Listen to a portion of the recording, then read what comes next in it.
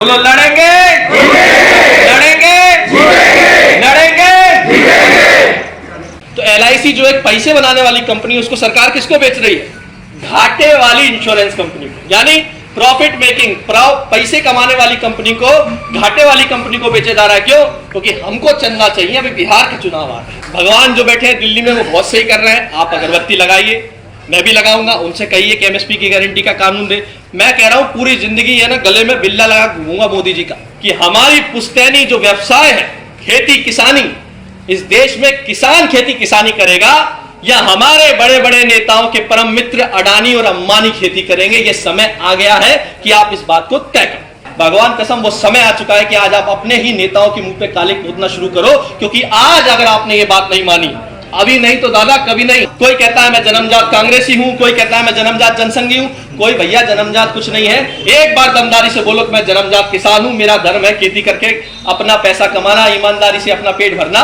मतलब तुम विपक्ष में हो तो तुम्हें किसान की चिंता है, MSP के कानून की बात करते हो। और आज विपक्ष में होकर पूरी कांग्रेस पार्टी क्या कह रही है? MSP का कानून लाओ, MSP का कानून लाओ। मतलब 10 साल तुम सरकार में थे तो तुम्हें किसान की MSP की चिंता नहीं थी। अब पिछले 7 साल से जे सरकार में तो इनको MSP की चिंता नहीं है। इसका अर्थ आप समझ जाओ, कोई रोड जाम कर रहा है, कोई रेल जाम कर रहा है, कोई दुकानें बंद करा रहा है, कोई सड़क पे बैठा है। संसद में हमारी नहीं चलती लेकिन सड़क तो हमारी है।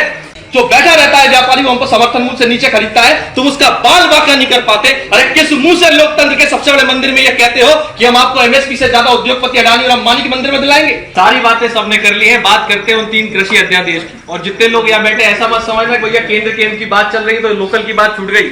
160 का बोनस नहीं मिला, हमें याद है। 500 रुपया की भावांतर राशि 2 साल से नहीं मिली, वह भी याद है। अपना पिछले साल का अतिवृष्टि का मुआवजा मात्र 25% मिला था, बाकी बचा है, वो भी हमें याद है। हमारी प्याज की प्रोत्साहन नई राशि मिली, वो भी हमको याद है। हमको पिछले साल 2018 का बीमा मिला, उसमें हल्के छूट गए, ये भी याद है। 2019 के बीमे में 10 रुपया, 100 रुपया, 14 रुपया मिल रहा है और कम से कम 70% हल्के जो ईमानदारी से जुड़ने चाहिए थे वो छूट गए। ये बात भी हमको याद है। कर्जा मुक्ति भी हमको याद है, पूरा दाम भी हमको याद है। लेकिन आज क्योंकि 25 सितंबर को पूरे देश के किसानों ने यह निर्णय लिया कि जब कोरोना में सरकार लॉकडाउन लगा सकती है तो इस कोरोना में अपने हक और अधिकार के लिए लड़ाई लड़ने वाला किसान क्या एक दिन के लिए इस देश में लॉकडाउन नहीं लगा सकता? जिसको अपने प्रतिष्ठान बंद नहीं करने ना करे, जिसको अपनी दुकान बंद नहीं करनी ना करे। किसान समाज इस देश में किसी का मोहताज नहीं है। आज आर पार की लड़ाई लड़ने का मौका है साथियों। इसलिए इस देश के कोने कोने में जिसमें जितनी ताकत है उतनी ताकत लगा के, कोई रोड जाम कर रहा है, कोई रेल जाम कर रहा है, कोई दुकानें बंद करा रहा है, कोई सड़क पे बैठा है। संसद में हमारी नहीं चलती लेकिन सड़क तो हमारी है। कोई कितने बिल पारित कर ले, जब तक मंडियों में, प्राइवेट मंडी में किसान नहीं जाएगा तब तक उन बड़े बड़े उद्योगपति व्यापारी का कुछ नहीं होने वाला। 3 कृषि अध्यादेश क्या है वो मैं आपको बताऊं, उससे पहले आप एक बात जान लो। आज का जो कार्यक्रम था, आज समर संघ जो रण का होता है भूमि का फूक चुका है। 11 बजे से 4 बजे तक का चक्का जाम, रोड जाम, रेल जाम का कार्यक्रम था। 3 बज चुके हैं, अपने पास 1 घंटा है, बाकी अपने को जो करना है वो अपन सड़क पे कर लेंगे। अब सुनो काम की बात। एक एक बूढ़ा दादा नौजवान जो यहाँ बैठा है ईमानदारी से सुने कि 3 कृषि अध्यादेश में क्या है। अगर आपकी अंतरात्मा आपसे कहती है, आप किसी भी राजनीतिक दल के हो सकते हैं, आप किसी विचारधारा के हो सकते हैं, आप किसी पार्टी के हो सकते हैं, किसी जाति धर्म संप्रदाय के हो सकते हैं, लेकिन उससे बड़ा आप ये समझिए कि आप किसान हैं। आपकी अंतरात्मा अगर ये कहे कि ये काले कानून मेरे लिए नहीं है तो आप मेरे साथ चल के वह सड़क पर बैठना। अगर आपकी अंतरात्मा ये कहती है कि कानून से आपका 1% भी फायदा होता है, भगवान कसम मुझे बिल्कुल बुरा नहीं लगेगा, आप यही बैठे रहना, मैं अकेला जाके वहां बैठ जाऊं। लेकिन एक बात कि ये कानून आपके लिए, पहला कानून सरकार कहती है कि हम मंडियों का निजीकरण कर देंगे। आप टीवी में, लोकसभा में, राज्यसभा में बड़े बड़े सांसदों को बोलते सुन रहे हैं, वो कह रहे हैं MSP थी, है और रहेगी। अरे हमने कब कहा MSP थी और रहेगी कि नहीं रहेगी? MSP तो जब से घोषित हुई तब से रह रही है। तुमने 1975 MSP घोषित करी, ये उनकी परसों, उसी दिन मंडी में 1400 रुपए बिक रहा था। जो बीच का अंतर था वो तुम्हारा बाप लेके चला गया। इस प्रकार की बातें करते हैं व्यापारी जो हमको लूटता रहता है। आज तुम्हारी सरकारी मंडी में, तुम्हारी नाक के नीचे, तुम्हारे सरकारी कर्मचारी के सामने जो बैठा रहता है व्यापारी, वो हमको समर्थन मूल्य से नीचे खरीदता है, तुम उसका बाल बाका नहीं कर पाते। अरे किस मुंह से लोकतंत्र के सबसे बड़े मंदिर में ये कहते हो कि हम आपको MSP से ज्यादा उद्योगपति अडानी और अंबानी के मंदिर में दिलाएंगे? अरे किस मुंह से कहते हो? आप बताओ, आपके कपास के भाव का MSP जो भी समर्थन मूल्य यहाँ का है आपको कभी मिला है? आपको सोयाबीन का मिला है? केवल और केवल सरकारी खरीद जो सरकार सोसाइटी के माध्यम से करती है, चाहे वो गेहूं की करे, चाहे वो धान की करे, चाहे चने की करे, उसी में हमको समर्थन मूल्य पे पैसा मिलता है। जैसे ही मंडी में हम कदम रखते हैं, पहले हमें तोल कांटा वाला मारता है, इसके बाद व्यापारी हाथ से देखे जैसे उसकी आंखों में कोई नगीना चश्मा लगाओ, नहीं नहीं साहब ये तो खराब है, इतने में बनूंगा। मिलके साले लूटते हमको और हम कुछ नहीं कर पाते। और सरकार कहती है कि हम एमएसपी की व्यवस्था जारी रखेंगे, एमएसपी कानून बनेगा। एक तरफ कृषि मंत्री कहता है कि एमएसपी रही थी है और रहेगी, और दूसरी ओर कृषि मंत्री केंद्रीय नरेंद्र सिंह तोमर कहते हैं कि एमएसपी तो कानून का हिस्सा थी ही नहीं, तो कानून का हिस्सा यहां कैसे होगी? अरे वही तो मांग रहे हैं। 70 साल से किसान कह रहा है कि एमएसपी को कानून बनाओ, कि समर्थन मूल्य पे खरीदी की गारंटी की कानून हो, कि आपने जो घोषणा कर दी मान्यवर, उससे नीचे हमारा कोई एक दाना न खरीदे। एमएसपी का मतलब होता है न्यूनतम समर्थन मूल्य, यानी इससे नीचे नहीं बिकेगा। सड़ी से टूथपेस्ट दंतमंजन रामदेव बाबा का एमआरपी 20 रुपया लिखी है, तो 20 रुपए से ऊपर नहीं बेच सकता, लेकिन 20 रुपए से नीचे बिकता है क्या? कश्मीर से लेकर कन्याकुमारी तक वो टूथपेस्ट 10 रुपए में 20 रुपए में बिक सकता है, लेकिन हमारा समर्थन में घोषित किया हुआ जिन सरकार के नुमाइंदों की आंख के सामने हम लुटते हैं, उसमें उनका कोई कंट्रोल नहीं है। सरकार कहती है कि हम सरकार कहती है कि साहब इतना पैसा देश की किसी सरकार के पास नहीं है, चाहे कांग्रेस हो चाहे भाजपा हो चाहे कोई दल हो, कि हम सारे फसलें समर्थन मूल्य पे खरीद सके। तो तुमसे क्या कौन रहा है? वो रिपोर्ट तो 2015 में आ चुकी शांता कुमार कमीशन की, जिसमें कहा गया था कि महज 6% इस देश के सारे किसानों का उत्पादन समर्थन मूल्य पे खरीदा जाता है। उसके बाद 94% जितना भी उत्पादन इस देश के किसानों का है वो समर्थन मूल्य से नीचे बिकता है। ये बात जानने के बाद भी आज सरकार समर्थन मूल्य पे गारंटी का कानून लाने को तैयार नहीं है, तो उनके मन में चोर है कि नहीं है? आप बताओ।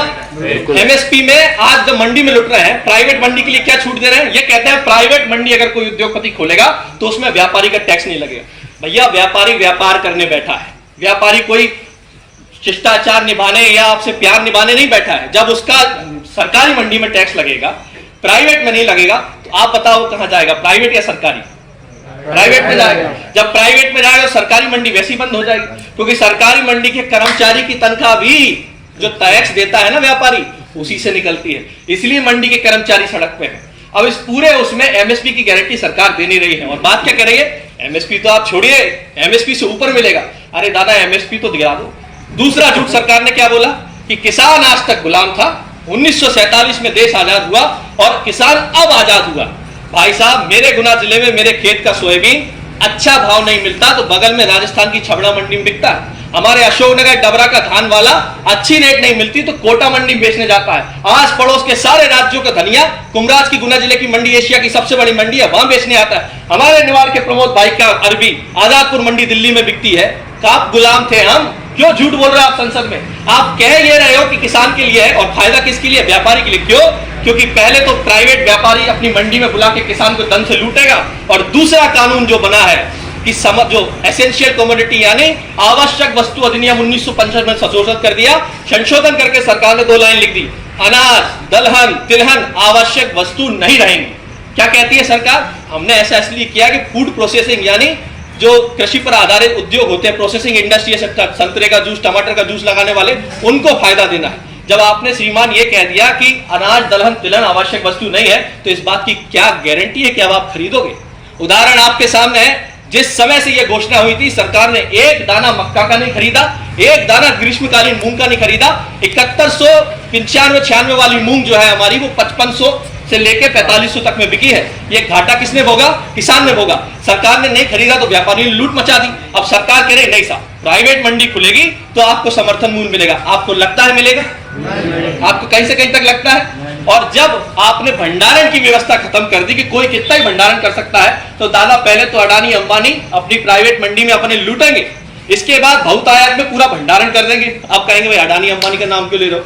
हम इसलिए ले रहे हैं क्योंकि होशंगाबाद जिले में कई एकड़ जमीन खरीद के अडानी जी ने साइलो यानी बड़े बड़े कंटेनर बना लिए हैं। काय के लिए बनाए? कोई रंगमंच बन रहा है किसानों के मनोरंजन के लिए। विदिशा जिले में बड़े बड़े अडानी के साइलो बन रहे हैं। हमको तो कानून बाद में दिया, सेटिंग तो पहले उद्योगपतियों से हो गई थी कि हाँ तुमसे चंदा लिया है तुम्हारे लिए कानून लाएंगे। तो ये दूसरा कानून। अब तीसरा कानून सुनो। तीसरा कानून में सरकार कहती है कि किसान क्योंकि हर बार सीजन में लुट जाता है और छोटे किसानों को उन्नत करने के लिए सरकार ठेकेदारी प्रथा यानी कॉन्ट्रैक्ट फार्मिंग लाई। अच्छी बात है साहब लाए हो। कॉन्ट्रैक्ट फार्मिंग में अगर ठेकेदार का किसी भी प्रकार का कोई विवाद किसान से हो जाता है तो आप पहले एसडीएम के पास जाइए। समझ रहे हो ना? भाई एसडीएम साहब जो नामांतरण के लिए अपनी चप्पलें घिसवा लेते हैं, वही तहसील कार्यालय जब पैसा दिए बिना अपनी खसरा खतौनी निकलती है, उस एसडीएम के पास हम जाएंगे। अगर एसडीएम हमारी नहीं सुनता है तो वो बड़े बाबू कलेक्टर साहब जो अपने आप को मुख्यमंत्री से बड़ा समझते हैं, जो साधारण किसान का ज्ञापन लेने में अपनी तौहीन समझते हैं, उन कलेक्टर साहब के पास आप जाओ। इसके बाद अगर कलेक्टर भी आपको महीने भर में सुधार न कर पाए, विवाद का सुलझान, किससे विवाद हो रहा है? आपकी खंडवा के व्यापारी से नहीं हो रहा है। आपका व्यापार बड़े बड़े अडानी, अंबानी, टाटा जैसे उद्योगपतियों के नुमाइंदों से होगा। उनकी सुनेगा कलेक्टर की, हमारी सुनेगा। चलो वहां भी निराकरण नहीं हुआ तो सरकार कहती है इसके बाद किसान के पास ऑप्शन है कि वो दिल्ली आके ज्वाइंट सेक्रेटरी लेवल के अधिकारी से मिल ले। अब केरला का रहने वाला किसान, कर्नाटका के रहने वाला किसान, वहां की छोड़ो खंडवा का रहने वाला किसान, 5 एकड़ से कम का किसान जिसका 2 लाख रुपए मुश्किल से बन रहा है, वो 2 लाख रुपया के लिए ट्रेन का टिकट लेके वहां जाएगा ज्वाइंट सेक्रेटरी के पास। या एसडीएम तो मिलता नहीं हमसे, चपरासी तहसील का बात नहीं करता, ज्वाइंट सेक्रेटरी लेवल का हमारी सुनेगा। इसके बाद सरकार ने उसमें लिख दिया कि कोर्ट जानने का कोई प्रावधान नहीं। मतलब हम लुटे पिटे, व्यापारी हमारा पैसा खा के भाग जाए, उसमें सरकार की कोई गारंटी नहीं है। सरकार केवल एक कमेटी बनाएगी और कमेटी में निर्णय क्या होगा? जो पैसा दे जाएगा उसका निर्णय होगा। अरे 2 किसानों में आपस में लड़ाई हो जाती है तो जो पहले थानेदार को पैसे दे आता है उसका एफआईआर हो जाती है, और जो बेचारा पिटा है उसकी एफआईआर नहीं हो जाती। ये यथार्थ सत्य है हिंदुस्तान का। इस भ्रष्टाचार की सीमा पराकाष्ठा इस देश में है। उस व्यवस्था में सरकार हमसे कह रही है कि हमें एसडीएम कलेक्टर न्याय देंगे, हमको लोकल जनप्रतिनिधि न्याय देंगे। तो भैया अभी मंडी में हम लुट रहे हैं, किसी ने तुम्हारे हाथ बांध रखे हैं कि कलेक्टर को चूड़ी दी पहना रखी हो, कि एसडीएम को चूड़ी पहना रखी हो, कि विधायक सांसद ने चूड़ी पहन रखी हो, या हमारे प्रधानमंत्री और हमारे मुख्यमंत्री को हमने हथकड़ी पहना रखी हो। हमारी खुली लूट एमएसपी की क्यों नहीं बचा रहे आप? क्यों समर्थन मूल्य पर नहीं दिखा रहे? तो तुम्हारी प्राइवेट मंडी में पहले हमें लूटो, नहीं लूट पा रहे तो कॉन्ट्रैक्ट फार्मिंग करके पहले ही लूट लो, वहां नहीं लूट पा रहे तो पूरा भंडारण कर लेंगे कि भैया अब क्या होगा। जैसे मॉल में आप भोपाल में जाके देखो, दावत बासमती एक कंपनी है, इंडिया गेट दावत बासमती, 295 रुपया किलो चावल मिलता है। कितना? 295 रुपया किलो का 1 क्विंटल में जाकर कन्वर्ट करो, कितना हो गया? 29,500 रुपया क्विंटल। एक किसान बताओ हिंदुस्तान को जिसका इसका आधा भी समर्थन मूल्य पे मिल जाता। समर्थन मूल्य तो छोड़ो, इसका आधा भी मिल जाता। सरकार क्या कह रही है? बड़ा बाजार खुलेगा, उद्योगपति डायरेक्ट किसान से खरीदेगा और आड़तिये हट जाएंगे। चलो भैया आड़तिये हट गए, आड़तिये ने हमको बहुत परेशान कर दिया उनका। ये बड़े आड़तियों से कैसे लड़ेंगे? अरे अभी तो जो व्यापारी मंडी में खरीद कर रहा है, भले ही समर्थन मूल्य से नीचे खरीद कर रहा है, उसका बाप दादा कौन, उसका परिवार कौन, कितने साल से खंडवा में रह रहा है, उसके पीढ़ी दर पीढ़ी उसका ब्याह कहां हुआ, सब कुछ हमको पता होता है। और सरकार क्या कह रही है? जैसे अमेजोन का ऐड नहीं आता, अमेजोन पे ईमेल आईडी बनाओ, आधार कार्ड लाओ और अमेजोन पे बेचो फ्री। ऐसे ही कोई भी आदमी जिसके पास पैन कार्ड है, ईमेल आईडी है, उठा के किसान का खरीद लेगा।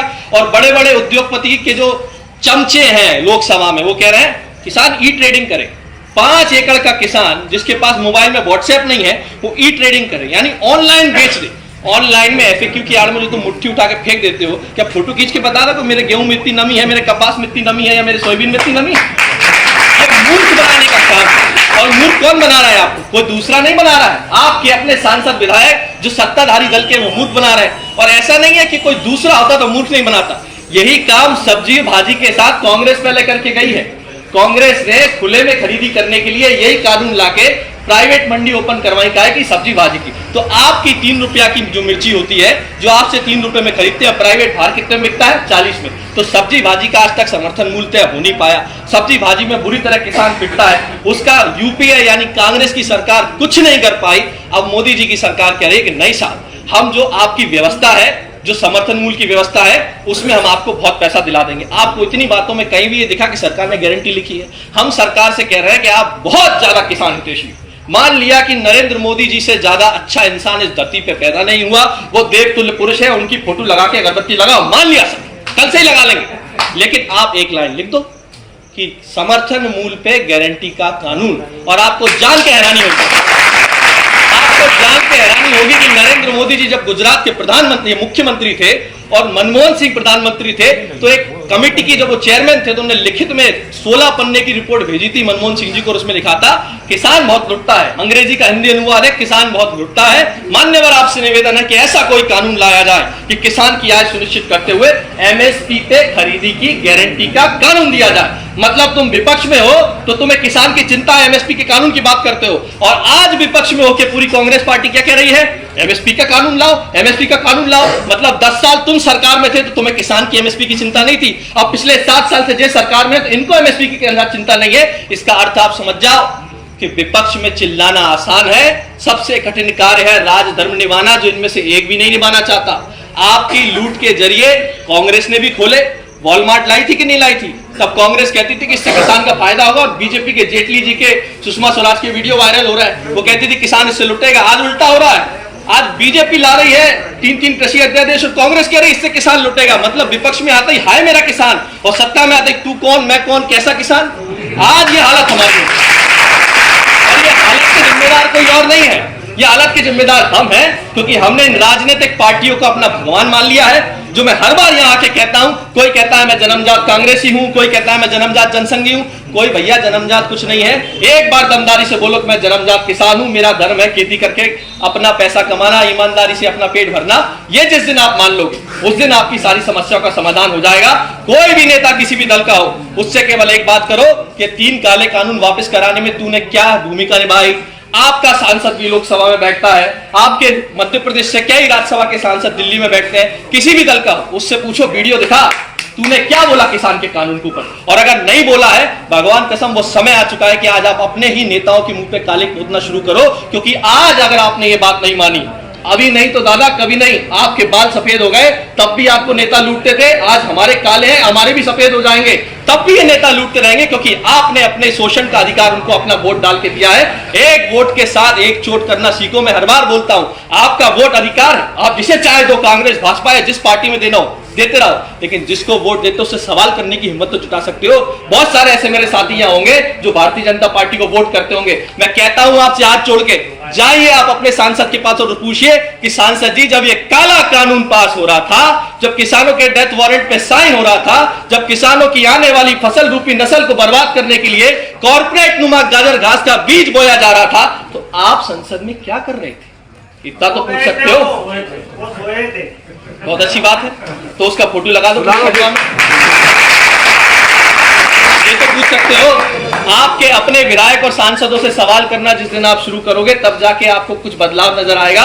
देखो, अधिकारी कर्मचारी तो उनके गुलाम होते हैं, उनके इशारे पे चलते हैं। क्यों? बेचारे उनकी भी फंसी रहती है। जरा सी नेताजी से आके टेढ़ी हुई, हटकाल ट्रांसफर। अभी लिस्ट आई है, पुलिस विभाग के अलावा अफसर बहुत सारे तबादले हो गए, तो उनका तो कुछ नहीं हो सकता, वो तो वही करेंगे जो ऊपर से माई बाप कहेंगे।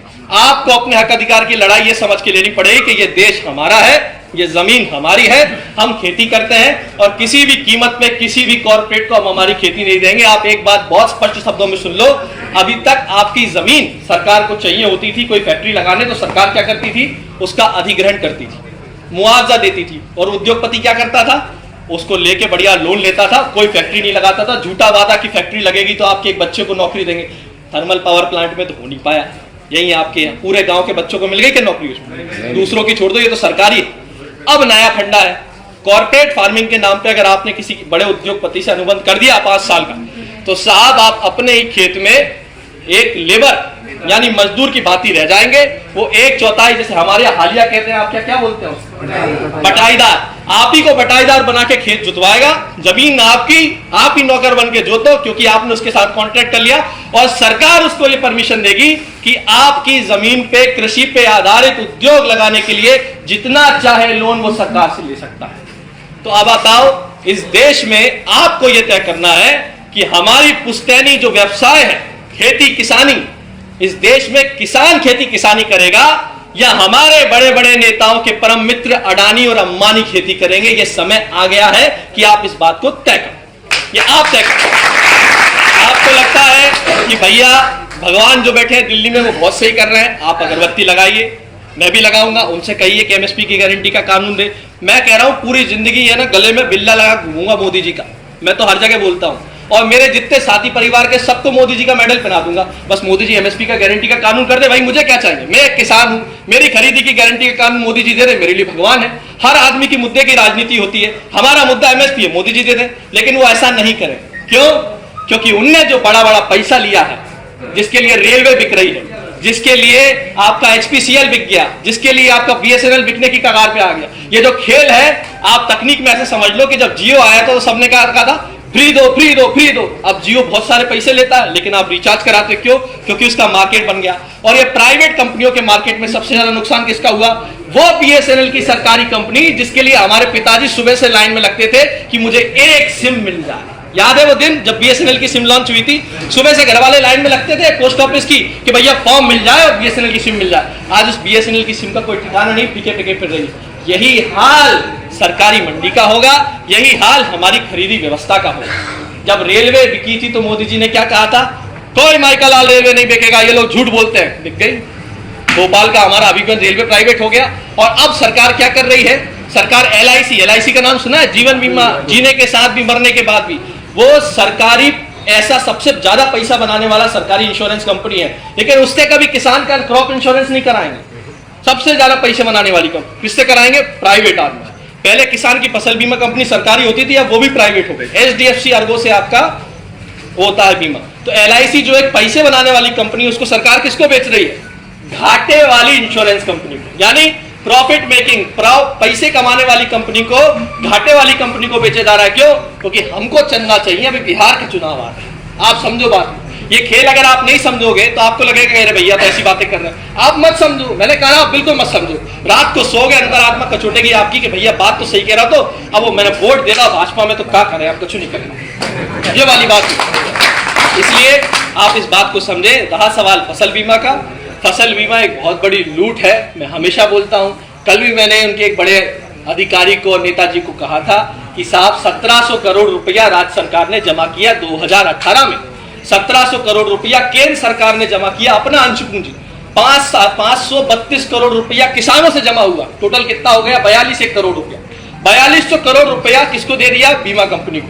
और बीमा कंपनी का रिस्क कवर कितना था? 35,000 करोड़। यानी अगर फसल नष्ट होती है तो बीमा कंपनी 35,000 करोड़ देगी। कितना दिया? 27,000 करोड़। यानी जो बीमा अपन ने पैसा जमा करे उस प्रीमियम से भी कम बीमा अपने को मिल रहा है। ऐसी योजना किस काम?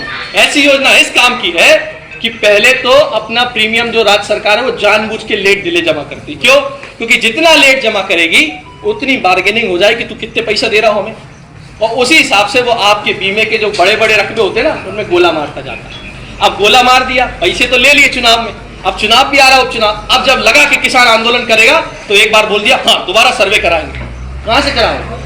फसल तो निकल गई, 2018-2019 की फसल तो निकल गई, बोनी दोबारा हो गई, खेत दोबारा तैयार हो गए, जमीन पे तो नई फसल आ गई। अब कहां से फसल का दोबारा सर्वे कराओ? लेकिन मूर्ख बनाना है ताकि आप 3 कृषि अध्यादेश को नहीं देखो, आपको हाँ मामा तो मुझे बीमा दे रहा है।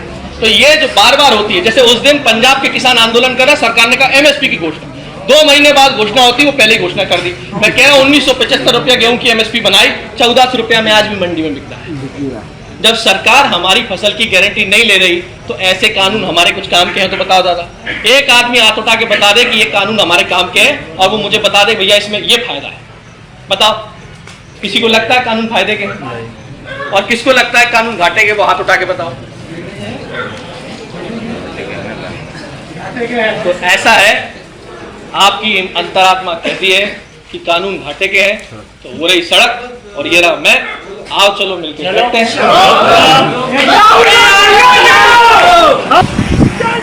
जय किसान, जय जवान, जय किसान, जय जवान, जय किसान। भारत माता की जय, भारत माता की जय, भारत माता की जय। काला कानून वापस लो।